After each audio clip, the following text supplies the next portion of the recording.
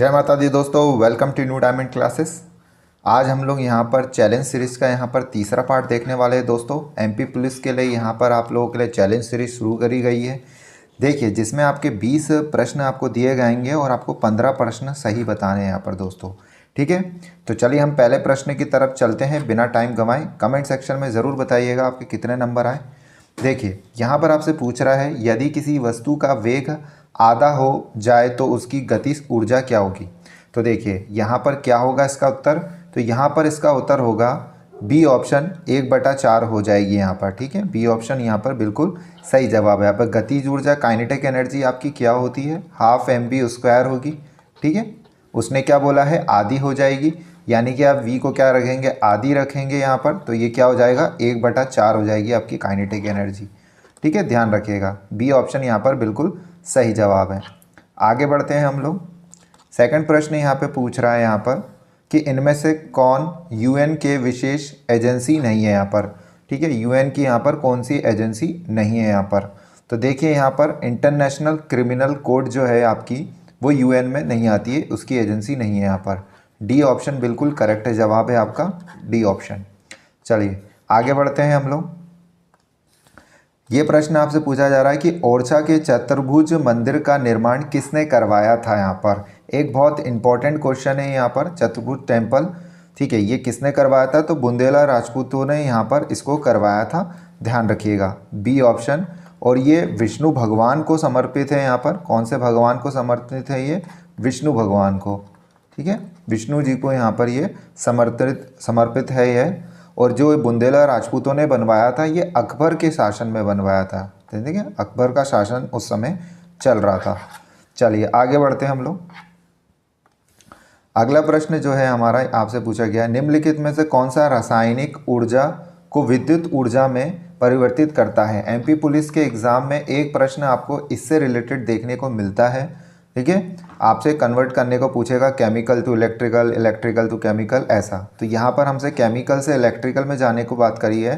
तो यहाँ पर हमारी जो बैटरी होती है यहाँ पर, ठीक है, जो हमारा उत्तर है सी ऑप्शन। बैटरी के हम लोग यहाँ पर सल्फ्यूरिक एसिड डालते हैं, हमने प्रीवियस क्लास में देखा था। तो बैटरी के अंदर सल्फ्यूरिक एसिड होती है जो आपकी इलेक्ट्रिक प्रोड्यूस कर दी है। तो केमिकल से क्या हो गया, वो इलेक्ट्रिकल जनरेट कर देता है। चलिए आगे बढ़ते हैं। अगला प्रश्न है यहाँ पर कि वृद्ध अवस्था में कैल्शियम की कमी से कौन सी बीमारी होती है यहाँ पर।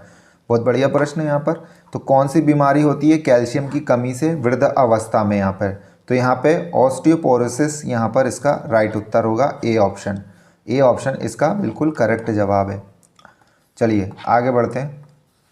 आपसे पूछा गया है, अम्ल नीले लिटमस को डैश रंग में बदल देता है यहाँ पर। अब यहाँ पर आपसे पूछा गया है, अम्ल जो है, जो एसिड जो है वो चेंज कर देता है लिटमस पेपर को ब्लू से किस कलर में। तो यहाँ पर ध्यान दीजिएगा, रेड कलर में परिवर्तित कर देता है, बी ऑप्शन। देखिए, अगर आपको लिटमस पेपर का ट्रिक याद नहीं हो रही है तो मैं आपको बता देता हूँ, आप ये से याद रखिए। बार याद कर लिए, ब्लू से रेड में जाने के लिए एसिड क्या करता है, ठीक है, लिटमस पेपर में ब्लू से रेड चले जाता है। तो ब्लू को क्या कर देता है, लिटमस पेपर रेड कर देता है। इसी का आप उल्टा मान लीजिएगा, वो बेस का कॉन्सेप्ट हो जाएगा। कभी कभार आपसे पूछा जाता है कि लिटमस का कलर क्या होता है। ठीक है, ये वाला भी आपसे पूछा जाता है। तो बैंगनी इसका कलर होता है लिटमस पेपर का। चलिए आगे बढ़ते हैं हम लोग।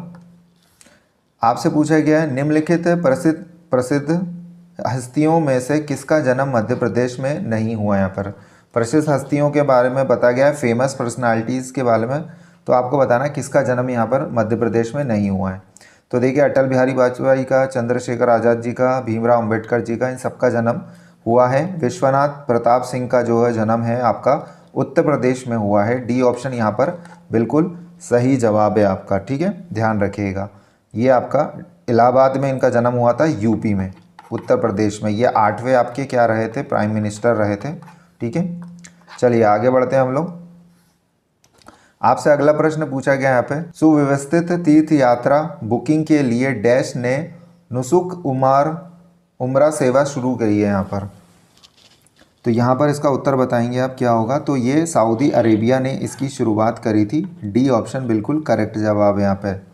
अगला प्रश्न आपसे पूछ रहा गया, दीर्घकालीन ऋण पर आरबीआई कितना ब्याज लेता है यहाँ पे। ठीक है, what interest rate does the RBI charge long term में, तो वो बैंक के रेट पे लेने लग जाता है, ध्यान रखिएगा। बी ऑप्शन बिल्कुल करेक्ट जवाब है यहाँ पर।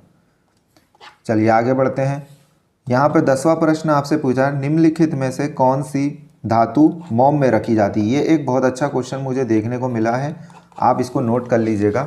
वैक्स में रखी जाती है। जैसे पिछला क्वेश्चन हमने पूछा था आपसे कि सोडियम को किस में रखा जाता है, तो ये इसको हम केरोसिन में रखते हैं, केरोसिन में रखते हैं सोडियम को। आज आपसे पूछा गया है कि आपको कौन सी धातु को वैक्स में रखा जाता है, तो वैक्स में किसको, लिथियम को रखा जाता है। बी ऑप्शन यहाँ पर सर बिल्कुल सही जवाब है। यहाँ पे किसी ध्वनि तरंग का, ठीक है, तारक यानी कि पीच निम्नलिखित में से किस अभिलक्षण पर निर्भर करता है यहाँ पर, ठीक है। The pitch of sound wave depend on which of the following characteristic, तो जो पीच होता है हमारे साउंड का, ठीक है, जो पीच होता है वो किस पे डिपेंड करता है, फ्रिक्वेंसी पे डिपेंड करता है, ठीक है, फ्रिक्वेंसी पे डिपेंड करता है। डी ऑप्शन बिल्कुल सही जवाब है यहाँ पर। आगे बढ़ते हैं हम लोग। एक प्रश्न आपसे कैपिटल राजधानी से पूछता है एमपी पुलिस का, एक ये ट्रेंडिंग क्वेश्चन रहते हैं, उसमें करेंसी और राजधानी ये सब आपसे पूछा था। ब्रसेल किस देश की राजधानी है, ये आपको बताना है, तो ये आपकी बेल्जियम की राजधानी होती है, ध्यान रखिएगा। सी ऑप्शन बिल्कुल करेक्ट जवाब है, बेल्जियम की राजधानी है क्या, ब्रसेल्स। अगला प्रश्न 13 यहाँ पर एलपीजी से आपसे पूछा है कि घरों में खाना पकाने के लिए उपयोग किए जाने वाले तरल पेट्रोलियम गैस एलपीजी यहाँ पर, ठीक है, लिक्विड पेट्रोलियम गैस का आपसे पूछा गया संयोजन है यहाँ पर, तो किसका कॉम्बिनेशन रहता है वो, तो ये प्रोपेन और ब्यूटेन का रहता है। बहुत पुराना क्वेश्चन है ये, बहुत बार रिपीट होता है ये क्वेश्चन। ए ऑप्शन बिल्कुल सही जवाब है यहाँ पे, प्रोपेन एंड ब्यूटेन इसका बिल्कुल सही जवाब है। चलिए कमेंट सेक्शन में ज़रूर बताइएगा आपका नंबर। कालिदास सम्मान की स्थापना किस साल की गई थी, बहुत फेमस क्वेश्चन यहाँ पर कालिदास सम्मान, तो ध्यान रखिएगा कालिदास सम्मान जो है आपका 1980 में यहाँ पर उसकी स्थापना करी गई थी। डी ऑप्शन बिल्कुल सही जवाब है। एक चीज़ मैं आपको बताना चाहूँगा, आप कमेंट सेक्शन में मुझे बताइएगा कालिदास एकेडमी कहाँ पर है ना, ये चीज़ आप ज़रूर बताइएगा। और इम्पॉर्टेंट में आप एक चीज़ और लिख दीजिए, 2 चीज़ें लिख लीजिए आप इसमें।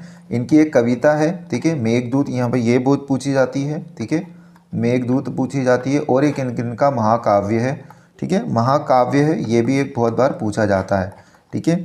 महाकाव्य कौन सा है यहाँ पर, कुमार संभव यहाँ पर इनका, ये बहुत बार रिपीट पूछा था। बाकी तो आप लोगों को याद होंगे, ये 2 चीज़ें आप याद कर लीजिएगा और कमेंट सेक्शन में बताइएगा कालिदास एकेडमी कहाँ है। बहुत नॉर्मल सा क्वेश्चन है वो।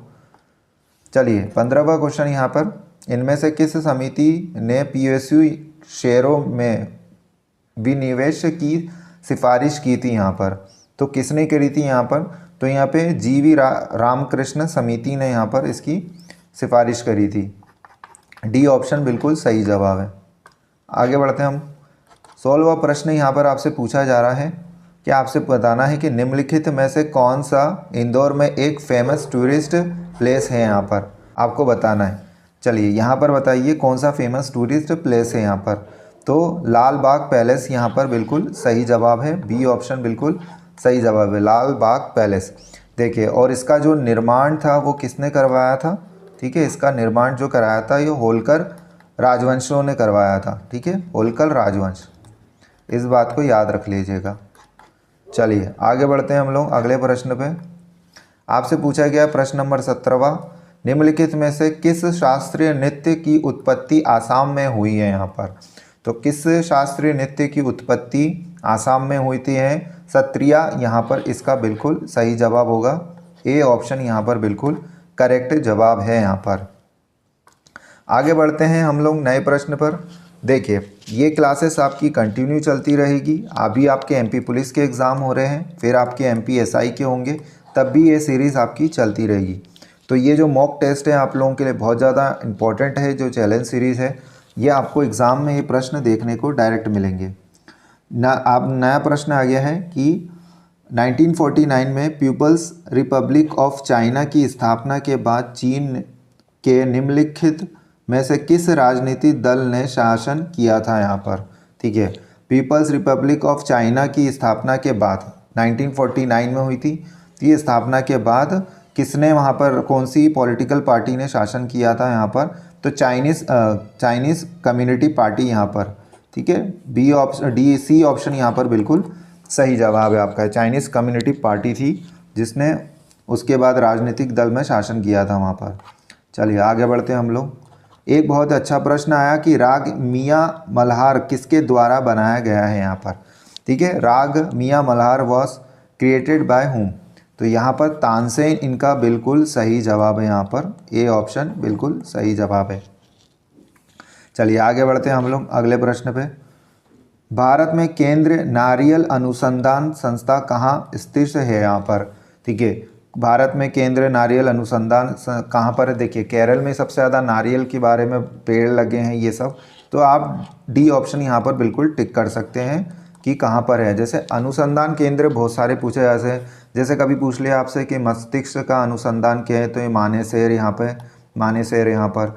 ठीक है, तो ऐसे आपको अनुसंधान केंद्र सारे याद होने चाहिए, याद होंगे तभी आप टिक कर पाएंगे। तो 20 में से आपके कितने नंबर आए हैं ये मुझे ज़रूर कमेंट करके बताइएगा आप। ठीक है, अभी तक आप लोगों ने अगर पहले क्लासेस नहीं देखी है तो जाके आप लोग देख सकते हैं। धन्यवाद आप लोगों का यहाँ तक बने रहने के लिए। Thank you.